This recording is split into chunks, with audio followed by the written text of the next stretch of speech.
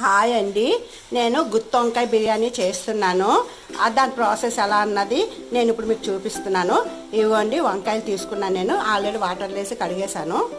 వంకాయకి కావాల్సిన ఇంగ్రీడియంట్స్ ఇందులో వెల్లుల్లి, అల్లం, జీరా అండ్ కొద్దిగా కొబ్బరి, ఆనియన్ ఇవి వేసి ముద్ద చేశానండి. ఇదొక వెరైటీ టైప్ ఆఫ్ గుత్తి వంకాయ. ఇందులోనే ఈ స్పూన్తోని ఒక 2 స్పూన్ కారం కూడా వేసానండి, ఉప్పును. దీంతో 1 స్పూన్ ఉప్పు వేసాను. వేసి ఇప్పుడు ఇది కలిపేశాను. ఇదిగోండి, ఇందులో వంకాయ స్టఫ్ చేసి ఇది నేను ఇందులోనే ఇప్పుడు ఫ్రై చేస్తాను గుత్తి వంకాయ. ఇదిగోండి, మన గుత్తి వంకాయ రెసిపీ నేను స్టఫ్ చేసి ఇట్లో వేసేసాను. ఇప్పుడు ఇవి ఫ్రై అయిన తర్వాత అటు నుంచి ఇటు తిప్పుతాను. మీరు ఎలా తర్వాత తిప్పిన తర్వాత మీకు చూపిస్తాను. నేను 5 మినిట్స్ తర్వాత అటు నుంచి ఇటు టర్న్ చేసానండి. ఇదిగోండి, ఇవి అయిన తర్వాత అప్పుడు మనం బిర్యానీ తయారు చేసుకుంటాం.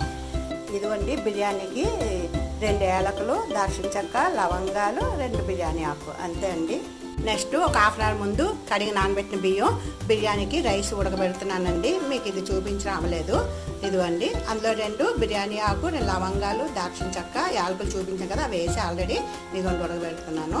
ఇది 70% కుక్ అయిన తర్వాత తీసి అందులో వేసాడు. మన రైస్ కుక్ అయిపోయింది 70%. ఇప్పుడు స్టవ్ ఆపేసి నేను ఇందులోకి వేసేస్తున్నాను రైస్. చూడండి,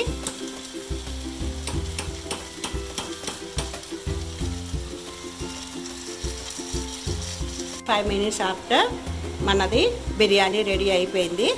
ఇప్పుడు తీసి నేను సర్వ్ చేసి చూపిస్తాను. చూడండి ఎంత బాగుందో, చూడండి ఎంత కలర్ఫుల్గా ఉందో మన బిర్యానీ, గుత్తి వంకాయ బిర్యానీ. ఫైనల్లీ మన వితౌట్ మసాలా గుత్తి వంకాయ బిర్యానీ రెడీ అయిపోయింది.